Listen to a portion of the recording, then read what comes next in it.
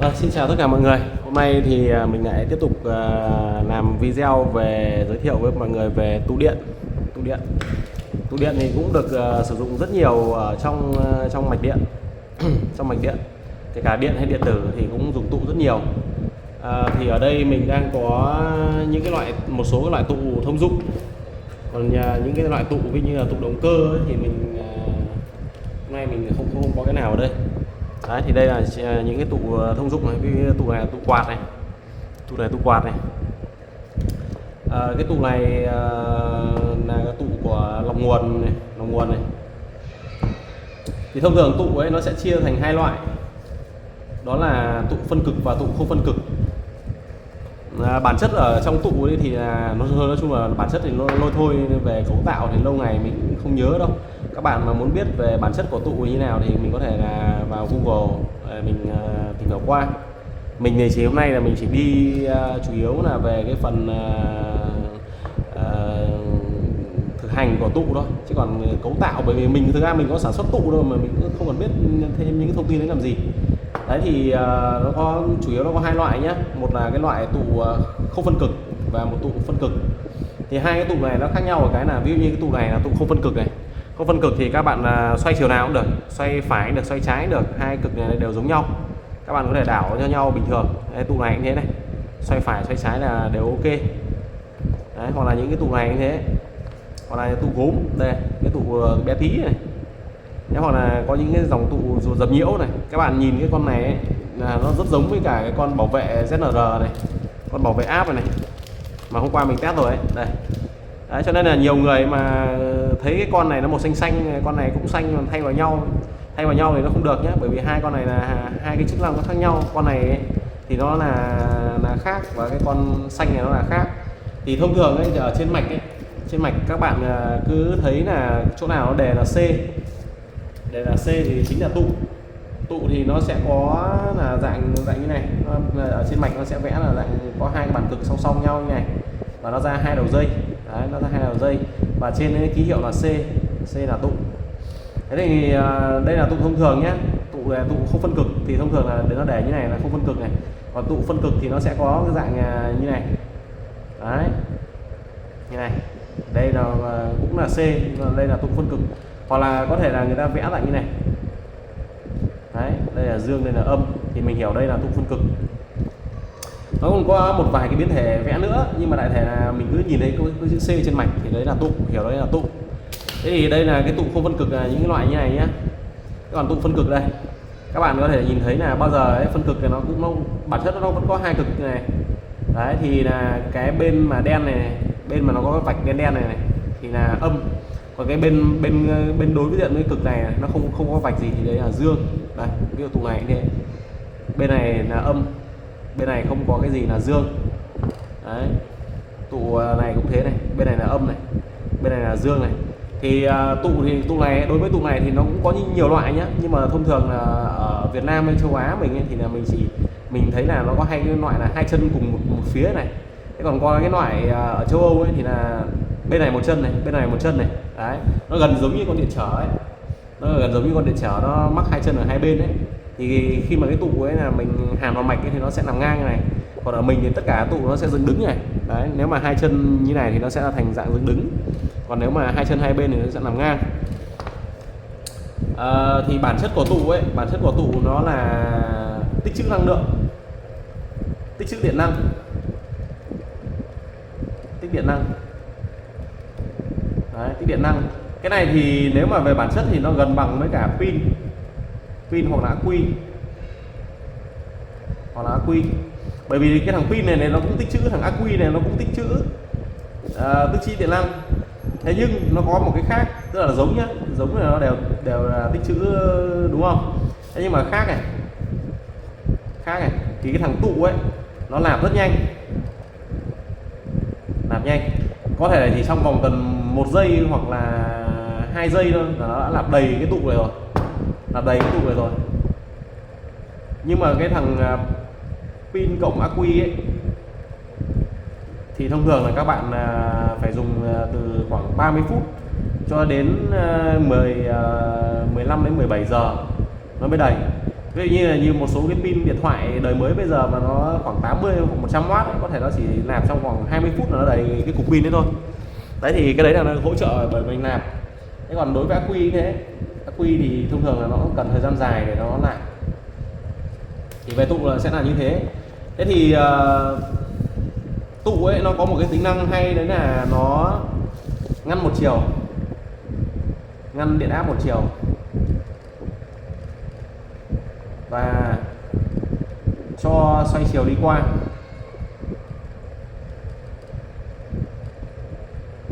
Thì cái hiểu là cho cái xoay chiều đi qua ấy, thì các bạn phải hiểu là như này. Cái bản chất của cái tụ này nó có hai bản cực như này, và ở giữa của nó ấy là nó có một cái lớp điện môi ngăn cách điện nhé, ngăn cách điện, và nó sẽ không cho điện đi, cái dòng điện đi từ bên này sang bên này của bản cực. Tức là nếu mà nó đi như này ấy, thì nó coi như cái tụ này đã bị thủng rồi, mà nó cho đi qua là bởi vì nó có sự phóng nạp. Đấy, tức là phóng cái điện áp ra và nạp điện áp lại, thì đấy là nó là cho đi qua, gọi là cho đi qua. Đấy. Rồi thì đây là một số loại tụ đây mình giới thiệu rồi đúng không? Đây là tụ hóa này, tụ mà cứ có dấu trừ một bên này thì đấy là tụ hóa. Thì những cái tụ này thì thông thường là nó sẽ sử dụng cho cái phần mà lọc nguồn thì có thể là lọc ở cái điện áp 220, ví dụ như là 220 đi vào, xong qua một cái cầu diode đúng không? Qua một cầu diode nối mát, cái này nối mát này, cái này là 220V này, qua cầu diode này, và ra đây là nó được đầu này là dương. Thì thông thường là người ta sẽ cho qua một cái tụ lọc như này, cái đầu này là nối mát. Thì cái điện áp ra ở đây là 310V này, 310V. Thì cái tụ này nó sẽ được nạp vào. Thế còn đối với cái tụ này thì cũng thế, tụ này thì nó cũng sẽ là nạp điện áp vào trong cái tụ. Đấy, những tụ này cũng thế, đều giống nhau. Thì thông thường là những cái tụ này là tụ lọc nguồn nhé, tụ lọc nguồn để những cái tụ to ấy. Tại sao người ta lại sinh ra cái tụ to, tụ bé này? Trên mạch này có những cái tụ nó bé tí này, tụ này, mạch trên mạch này tụ rất là bé, nhưng mà có những cái tụ nó lại to như này, mà có những cái mà nó to phải bằng cổ tay hoặc bắp chân, vẫn là tụ hóa này thôi nhé, nhưng mà nó rất là to. Đấy là bởi vì là những cái tụ này thì nó bé này thì nó tích trữ năng lượng ít. Thì thông thường cái số mi ở trên của cái tụ ấy, tức là tụ thì nó sẽ là đơn vị, thông thường nó sẽ là microfarad. Thì ở trên cái tụ này nó sẽ có hai thông số, một là microfarad, hai là cái điện áp ghi trên tụ. Ví dụ như là con tụ này nó đề là 220 microfarad và 350V, thì mình hiểu là con tụ này nó tích được là cái điện cái gì nhỉ, cái gọi là cái tích trữ ấy, là nó là được 220 microfarad, và cái điện áp chịu đựng tức là điện áp tối đa ấy, điện áp max thì nó sẽ là 350V. Cái tụ đối với cái chỉ số mà microfarad này càng to thì nó sẽ tích trữ được cái lượng điện càng nhiều, còn nếu mà cái này càng bé thì nó sẽ tích trữ được càng ít. Thế thì chính vì từ đó này nó sinh ra là có những cái tụ to, tụ nhỏ. Thông thường hai cái tụ mà cùng chỉ số, ví dụ như là cùng 470 microfarad, ví dụ con này là 470 microfarad 16V và một con 470 microfarad, nhưng mà nó lại là đây, mình xem con này bao nhiêu. Con này là 22 microfarad nhé, con này nó bé hơn con này. Đây, con này là tận 470 microfarad, nhưng con này có 22 microfarad, nhưng mà nó lại to bằng gần gấp đôi các bạn ạ, gần gấp đôi. Thì tại sao lại như thế? Bởi vì là cái tụ này thì nó chỉ là cái điện áp tối đa của nó chịu được ấy, nó chỉ có 16V thôi. Còn cái điện áp này của tối đa của cái tụ này ấy, thì nó lại tận 250V. Chính vì vậy mà nó sẽ phụ thuộc vào hai thông số, một là cái microfarad này càng lớn thì tụ càng lớn, hai là cái điện áp chịu đựng này. Nếu mà điện áp chịu đựng này càng lớn thì cái kích thước của tụ nó sẽ càng lớn. Đấy. Ví dụ như cái tụ này, đây mình so sánh hai cái tụ này. Con này 220 này, con này có 22 microfarad này. Đấy. Nhưng mà con này nó là áp chịu đựng nó là 350V, con này là có 250V. Đây, các bạn nhìn này. Nó to, nó khác nhau rất nhiều đúng không? Đấy thì ngoài cái phần lọc nguồn này thì cái tụ đối với những cái tụ này ấy, ở trong những cái phần âm ni mà nó cần đòi hỏi cái tiếng bass mà nó sâu ấy, thì nó mạnh ấy, nó uy lực, thì thông thường là người ta sẽ dùng những cái tụ rất là to, rất to để nó bù cái phần công suất. Đấy, hoặc là trong những cái máy hàn ấy, cái máy hàn các bạn thấy là có nó những cái tụ cực kỳ to luôn, nó to phải bằng gấp 5 gấp 7 lần cái tụ này. Đấy. Thế còn đối với những cái phần mà lọc nguồn mà công suất vừa vừa ấy, thì thông thường nó chỉ cần dùng những tụ bé bé này thôi, không cần nhiều lắm. Thế còn cái tụ mà cái tải đầu ra mà nó cần lớn ấy, thì thông thường là nó sẽ phải dùng những cái tụ to hơn. Thế còn đây tụ này là tụ quạt này, tụ này là tụ khởi động của quạt này. Đấy, thế còn những cái tụ này ấy, thì cũng là tụ không phân cực nhé, không phân cực, hai cực này các bạn lắp chiều nào cũng được, chiều phải trái cũng được. Đấy, thì thông thường những cái tụ này có thể mình sẽ dùng để hạ áp này, dập nhiễu này, hoặc là dao động. Đấy. Những cái tụ, bởi vì những cái tụ này là những tụ mà chỉ số nó nhỏ hơn. Rồi thì đấy là giới thiệu qua về tụ. Thì bây giờ mình sẽ thực nghiệm về tụ nhá, để mình cho các bạn thấy là tụ là nó tích trữ năng lượng, đúng không? Tụ nó tích trữ năng lượng. Thì bây giờ là mình sẽ chuẩn bị một cái panel để test cái này. Đây á, đầu tiên đấy, để mình chứng minh được là cái tụ này, cái tụ nó sẽ tích trữ được năng lượng, thì bây giờ mình sẽ làm một cái mạch như này nhá. Trước tiên là mình sẽ làm một cái mạch điện này. Mình sẽ có một cái nguồn cấp là dương 12V đi vào này, qua một cái nút bấm đây, mình đã sẵn một cái nút bấm này. Rồi sau đấy là qua một con điện trở này khoảng 1K, 1 kΩ này, nối với một con nét, đúng không? Xong là nối về âm. Đấy, nối về âm, đây là nét nhé, nét phát sáng này. Rồi thế thì ban đầu ấy là mình sẽ đóng cái này xuống, thì nó có điện áp, đúng không? Có điện áp, bấm cái nút nhấn này. Đấy, bấm cái nút nhấn này thì nó sẽ có điện áp qua cái nút nhấn này, qua con chở 1K, qua con nét về mát, thì cái đèn này sẽ sáng này, và mình bỏ ra cái thì cái đèn này nó sẽ tắt. Rồi đấy là đầu tiên nhá, đầu tiên là sẽ là như thế. Thế sau đấy rồi thì mình muốn chứng minh được là con tụ nó tích trữ được điện, đúng không? Thì bây giờ mình sẽ lắp một con tụ ở đây, lắp một con tụ điện ở đây, và mình cũng bấm vào một cái, xong mình bỏ ra, thì mình xem tiếp là cái điều gì xảy ra nhé. Rồi đầu tiên là mình khảo sát là cái trường hợp không có tụ này, dương là ở giữa thì mình cho vào đây này. Cái nguồn này 12V thì mình không phải đo nữa, bởi vì cho vào đây là nó sẽ sáng rồi nhá. Đây mình giữ này, đây là âm này, bình thường là nó chưa sáng, đúng không? Các bạn thấy nó chưa sáng này. Bây giờ mình bấm vào cái là nó sáng này, bỏ ra nó tắt luôn này, bấm vào sáng này, bỏ ra tắt luôn, đúng không? Đấy, bấm vào sáng này, bỏ ra tắt, đúng không? Đúng theo cái sơ đồ mạch này rồi nhá. Đấy, thì bây giờ là mình sẽ lắp một con tụ. Chết rồi, này không có cái tụ chân phải dài. Thôi rồi, mình phải hàn chân rồi. Rồi, bây giờ mà các bạn đợi tí để mình hàn cái chân vào đây để mình cắm cái mạch. Ở đây mình vừa kiếm được cái tụ mình hàn chân rồi nhá, mình hàn chân này. Thì hàn hai chân vào cái tụ này rồi. Bây giờ mình sẽ cắm cái tụ này vào mạch nhá. Chiều dương này thì vào cái chân của con trở này, đầu con trở này thì mình sẽ cắm vào đầu con trở này. Chiều âm nối mát này. Rồi, mình cắm vào. Bây giờ mình cấp nguồn 12V cho nó này. Thế sau đấy mình sẽ bấm nút này. Bấm một cái thì đèn sáng này, mình bỏ ra, về bỏ cả nguồn cấp ra nhá. Đấy, các bạn thấy không? Cái đèn nó vẫn sáng này, nó chưa tắt hẳn này. Vậy là tại sao nó sáng? Bởi vì là khi mà mình cấp nguồn 12V này, 12V này thì nó sẽ nạp, một phần nó nạp cho tụ này, một phần nữa là nó sẽ đi qua con trở, qua con nét này về âm nguồn này, một phần nó sẽ nạp cho tụ này, đúng không? Đấy, khi mà mình đóng cái công tắc này vào, đấy, thì nó sẽ có 2 y, ví như là đây là Y1 này, đây là Y2 này. Đấy thì là chỗ này này, cái dòng đi vào này thì nó sẽ chia thành hai, một cái là nạp cái tụ và một cái là đi qua một con trở và con nét làm cho cái này sáng. Khi mà cái này mình bỏ đi này, bỏ đi thì lúc này là cái dòng Y này không đi qua đây được, mà lúc này nó chỉ có một cái duy nhất là bắt đầu điện áp của tụ này, nó đi qua con 1K này, qua con nét này và về âm của tụ.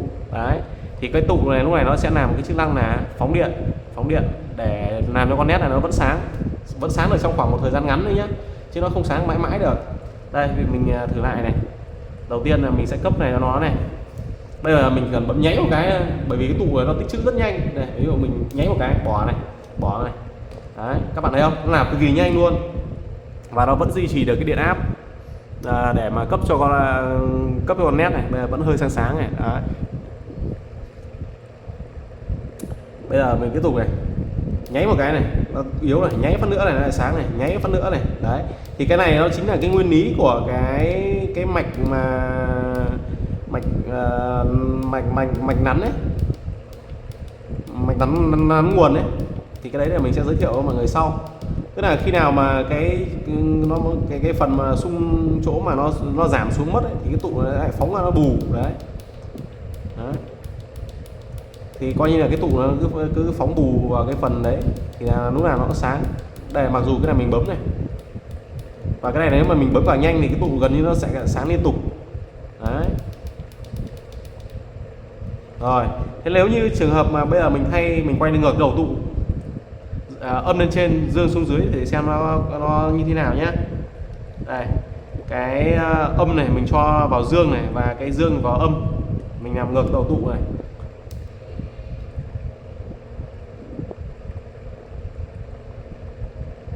Đây, vẫn sáng các bạn ạ. Này, nó vẫn tích trữ được này. Đây. Đây em mình bỏ này ra này. Đó. Mặc dù cái tụ này là tụ phân cực nhé. Đây. Đây là cực âm này, đây là cực dương này. Đấy. Về nguyên tắc này là không được. Về nguyên tắc là không được. Thế nhưng mà đây nhá, đây này, cực dương đây các bạn này. Cực âm bên này này. Đây, mình ấy lại này. Bây giờ mình sẽ cắm lại này. Đấy. Cấp vào này. Bây giờ mình nháy một cái, mình bỏ cả hai nhá. Nháy một cái, bỏ cả hai này. Đấy. Con này nó vẫn sáng này, nó vẫn tích trữ này. Đấy, nó vẫn chưa tắt hết này, vẫn còn này. Vậy thì cái lúc này cái cực âm này nó lại thành, khi mà mình nạp cái điện dương vào thì nó lại thành dương. Còn cái thằng dương bên này, đáng lẽ là dương ấy, thì nó nạp âm mà nó lại thành âm. Đấy.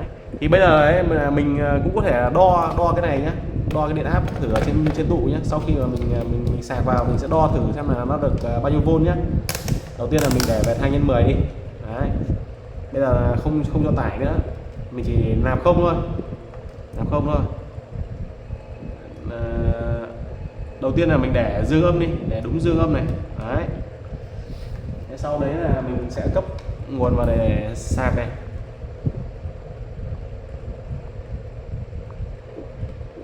Ấn một cái để sạc. Rồi, ấn một tí nữa cho sạc này. Rồi bây giờ mình đo thử áp nhá, đo áp ở hai đầu tụ xem là được bao nhiêu này.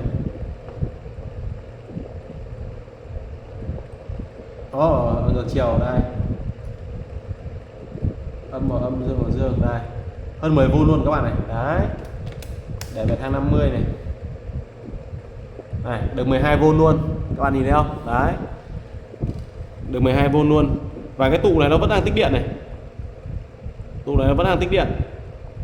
Thế thì tuy nhiên là nếu mà mình cứ để lâu ấy, thì qua cái trong không khí nó có hơi ẩm hoặc là cái này kia ấy, thì cái điện áp ở trên cái tụ này dần dần nó sẽ bị xả dần đi. Đây nhá, bây giờ mình thử luôn này. Cho một con nét này, dương anode vào đây này. Anode này, cathode này. Qua một con trở này đúng không? Trở để hạ bớt áp đi, bởi vì bây giờ nếu mà mình cho thẳng vào cái tụ này thì con nét này nó chết luôn. Đấy, bây giờ mình cắm này, dương âm này. Coi như là mình không lấy cái nguồn của kia nhá, dương âm này. Đấy, các bạn thấy không? Nét này sáng này. Đấy. Vậy là tụ này mình đã có luận được điều là tụ này đã tích trữ được năng lượng, và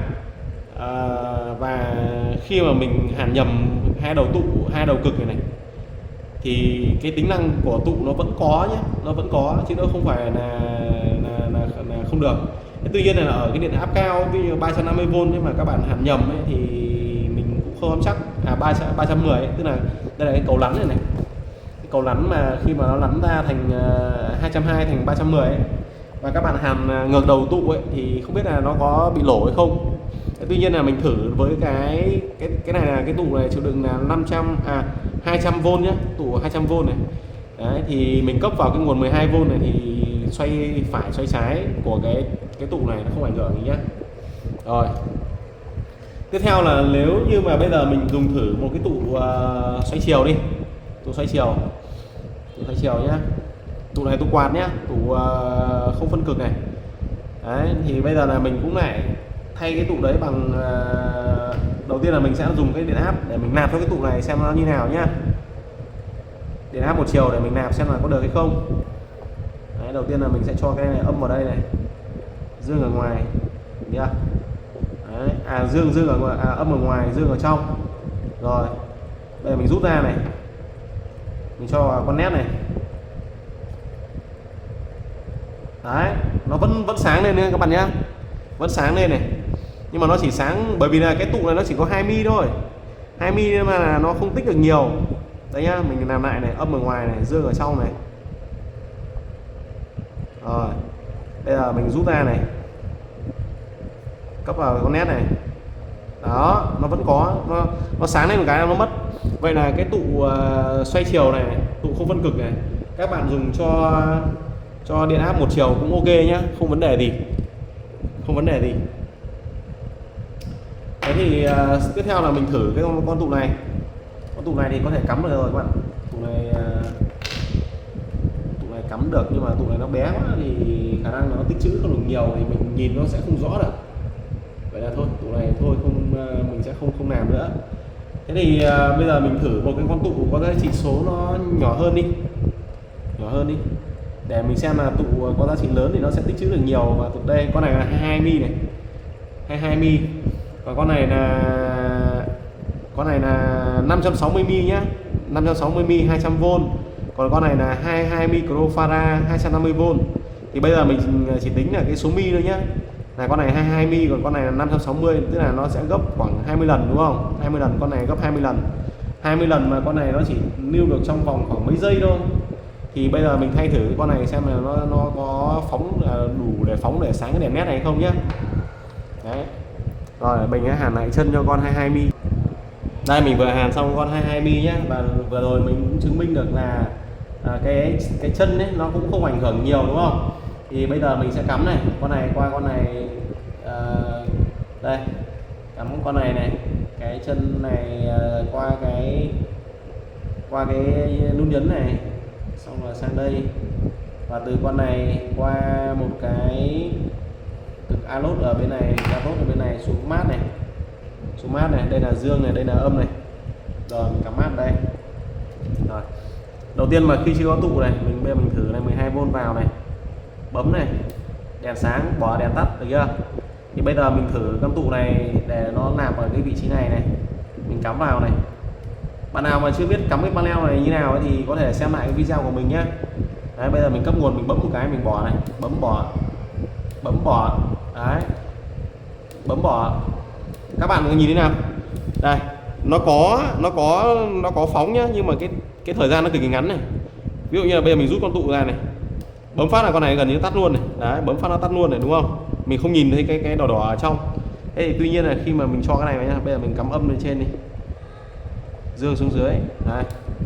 Đấy, các bạn vẫn thấy là con nét này nó sẽ tắt chậm đi. Đấy, ở cái giữa nó vẫn có cái gì đấy sáng sáng, nó bắt đầu nó mới tắt. Đấy. Vậy là kết luận sau cái đợt thử này ấy, thì mình có thể kết luận là tụ có chỉ số càng lớn thì lưu được cái điện áp càng nhiều, còn tụ mà giá trị bé thì lưu được cái lượng điện áp thấp, đúng không? Rồi, thì về một chiều thế là xong. Thì bây giờ mình sẽ test thử về xoay chiều nhá. Về xoay chiều đối với tụ, mình thử đối với cái dòng xoay chiều nhá. Đấy. Rồi bây giờ với điện áp xoay chiều ấy, mình cũng sẽ thử như này. Ban đầu đây là cực ví dụ như N đây 220V này. Đấy. Sau đấy là mình sẽ cho qua một con trở. Con trở này của mình là bao nhiêu đây? Con trở này khoảng 47K, 47 kilo. Đấy. Xong mình lắp qua một con đèn nét nhá, và đi về cực. Đây, vòng nó sẽ như này. Điện áp đầu vào là 220V nhé. Bây giờ mình sẽ cắm thử này. Đầu tiên là một dây cắm vào đây, qua con trở, qua cái đèn nét này xuống đây về chân kia, đúng không? Bây giờ mình cắm này, nét sáng này, bỏ ra tắt luôn này, cắm vào sáng này bỏ ra tắt này, cắm sáng bỏ tắt đấy, đúng không? Rồi thế thì bây giờ là mình sẽ cho một con tụ vào đi. Đầu tiên là mình sẽ thử cái tụ không phân cực nhá. Tụ không phân cực này mình cho vào này, điện rút rồi, ok. Một con tụ này vào. Con tụ này có chỉ số là 2 microfarad các bạn nhé. Tụ quạt mình có 2 con tụ quạt. Rồi mình sẽ lại cắm tắt xem nha. Cắm vào này, bỏ ra này, cắm vào bỏ ra này. Nó gần như là nó cũng vẫn tắt đồng thời các bạn, nó không lưu trữ được nhiều bởi vì là nó tắt chậm hơn tí thôi. Rồi bây giờ mình thử tăng thêm một con tụ nữa đi, tăng thêm một con tụ nữa, mắc song song luôn. Đây một con này, một con ra đây. Vậy là mình dùng 2 con tụ nhé, 4 mi. Bây giờ mình mắc vào rồi, bây giờ mình cắm thử này, rút này, cắm này, rút này, đấy nó tắt chậm hơn này các bạn này, nhìn tắt chậm hơn không? Khi mà cái này nó vẫn còn một cái cắm này, rút này, đấy nó tắt chậm hơn một chút, chậm hơn một chút bởi vì cái tụ này của mình ấy nó nhỏ quá mà nó không lưu được nhiều. Rồi đã thử đến cùng, bây giờ mình thử lắp con tụ hóa và xem nó sẽ như nào nhé bạn nhé. Với cái tụ gì nhỉ, cái tụ này dùng sang một chiều là ok nhé, dùng sang một chiều là ok này. Thế thì bây giờ cái tụ hóa có phân cực dùng sang đây thì nó sẽ như nào? Nhưng mà bây giờ là mình sẽ phải dùng như nào nhỉ? Khả năng là nó sẽ lỗ là cao, khả năng cao là nó sẽ lỗ. Thì để mà an toàn ấy thì mình sẽ cắm kiếm một cái dây cắm là mình đứng ra xa xa mình cắm. Rồi bây giờ là mình sẽ lắp lại mạch nhé. Đây nhá, video này mình chỉ muốn mang tính chất là thực nghiệm đấy nhá. Mình để xa nó có lỗ thì nó đỡ phải vào cái điện thoại này của mình. Những cái đồ này không tiếc nhưng mà tiếc cái điện thoại. Đầu tiên đấy là mình đây có 2 cái chân này là 2 chân AC vào này, chân màu xanh và chân màu đỏ mình để đây. Màu đỏ ở đây thì nó nối vào một cái cực âm của tụ này. Đấy. Và từ đây thì cũng vẫn qua cái con trở với con nét. Đây từ đây là dương đi, qua con nét về âm. Thế thì cái điện áp này là 220, con này là chịu đựng là chỉ có 200V thôi. Ở đây mình sẽ lấy con 350V đi, hẳn con 350V cho nó máu. Chứ 200V với 220 thì nó hơi quá ở con này. Mình sẽ hàn cái tụ 350V này thử nhé. Tụ 350V này. Đây. Con này mà lỗ thì kinh khủng lắm này. Thì bây giờ các bạn đợi mình hàn tí nhá, xong rồi mình sẽ cắm lại vào mạch này. Rồi, xong rồi. Bây giờ mình đã hàn xong một con tụ đây, điện áp ở trên chịu đựng là 350V này. 350V và con này có giá trị giá là 200, chỉ số là 220mm. Đấy thì dương này mình vẫn ở phần trên này, âm phía dưới. Rồi. Đấy, hy vọng là nếu có lỗ thì không vấn đề gì. Đấy nhá, bây giờ mình để xa điện thoại ra một tí, quay đây để xa ra một chút. Rồi. Và bây giờ cắm điện mình đứng ra xa nhé. Quạt đi này. Đấy, mình cắm thử xem nó như nào.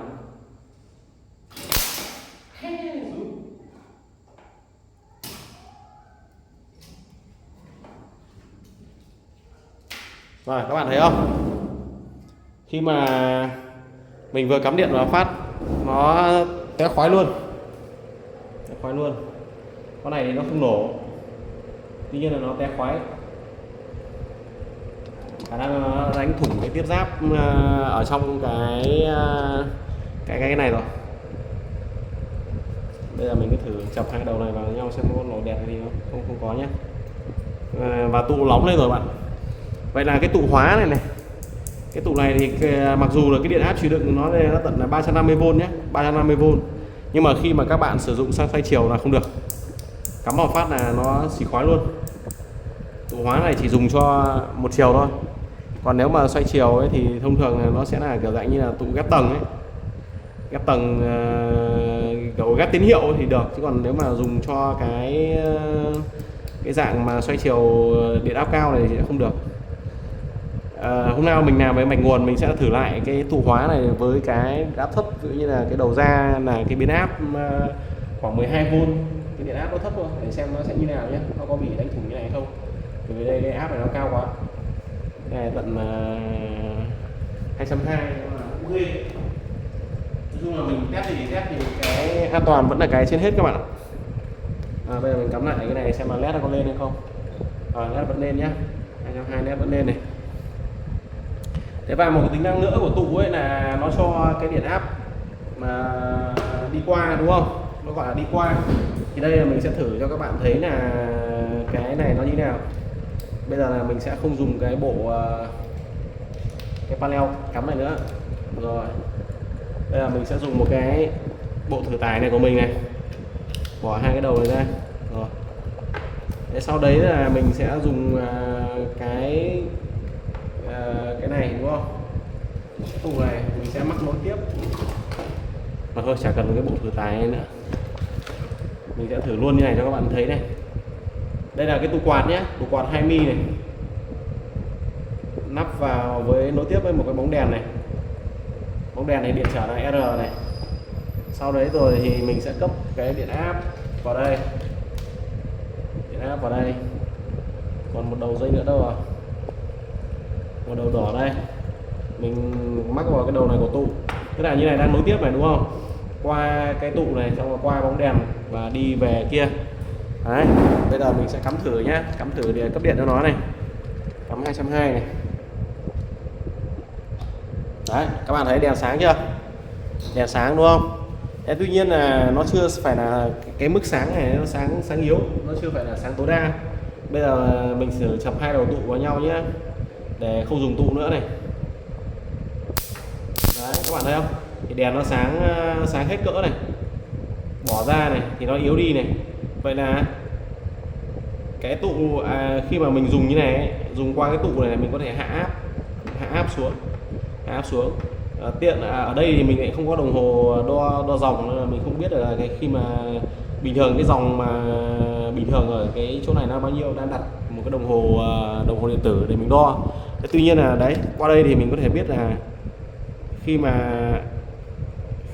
mà mình dùng tụ thì mình có thể hạ điện áp xuống này. Đấy, các bạn thấy không?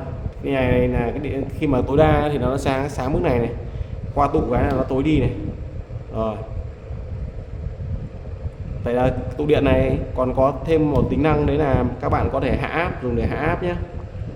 Thì cụ thể là bây giờ mình đo thử xem là cái áp ở trên đầu của cái bóng này sẽ là bao nhiêu volt nhé. Mình đo thử nha. Làm với điện 220 này các bạn phải thật cẩn thận nhé, rất nguy hiểm luôn đấy. Rồi, đo thử áp trên hai đầu bóng này xem là bao nhiêu volt này.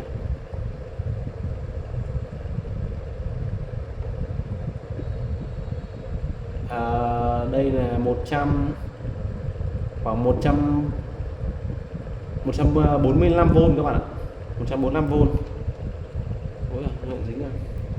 Bây giờ mình đo thử điện áp ở trên đầu tụ này xem là bao nhiêu này. Trên đầu tụ này nó sẽ là khoảng 180V các bạn.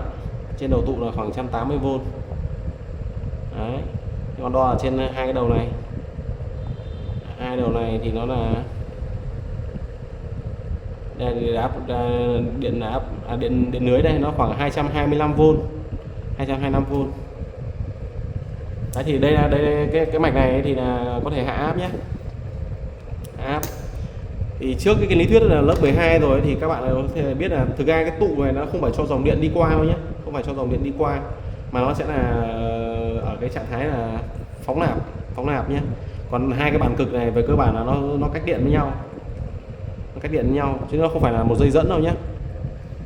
Rồi, thôi bài hôm nay về tụ thế thôi, miên man quá. Xin chào các bạn nhé. Nếu mà các bạn có câu hỏi gì hoặc là có thắc mắc gì liên quan đến tụ hoặc là có những cái ý kiến gì mà không ấy đồng tình với mình ấy, thì các bạn cứ comment để anh em trao đổi xem tiếp như nào. Đây, còn con tụ này nữa thì bây giờ mình sẽ sử dụng con tụ này nữa này. Đây là con tụ 2mm của quạt nhé. Bây giờ mình thử dùng với con tụ này để xem là nó sẽ còn như thế nào. Tụ này chỉ số nó còn bé hơn nữa này. Tụ này chỉ số bé hơn nữa, nốt con tụ này xong thôi nhá. Rồi, bây giờ mình sẽ cấp điện ở đây. cấp nguồn. Rồi, sáng to hơn các bạn ạ, đúng không nhỉ? Sáng to hơn không? Đấy, bây giờ mình lại đo điện áp thì để mình đo điện áp để xem như nào nhá. Điện áp ở hai đầu của con của cái bóng của cái điện trở này xem là bao nhiêu volt. Nó ngừng lại các bạn này. Điện áp ở trên cái này thì nó là được khoảng 200, gần 200V, khoảng 200V đấy. Điện áp ở trên đấy khoảng 200V. Mình xem con tụ này là bao nhiêu mà này. Con tụ này là 335 1400V, tụ cao áp. 335 là 33 3,3, con này 3,3 mm. Con này giá trị to hơn cái con tụ quạt này nhé. Con giá trị của tụ quạt. Rồi, mình xin kết thúc video nhé. Các bạn nếu mà có comment, ý kiến, bình luận gì thì cứ bình luận vào để anh em cùng trao đổi nhé. Nếu mà thấy hay, các bạn nào thấy hay thì cho mình xin like, subscribe kênh nhé. Rồi, xin chào và hẹn gặp lại các bạn.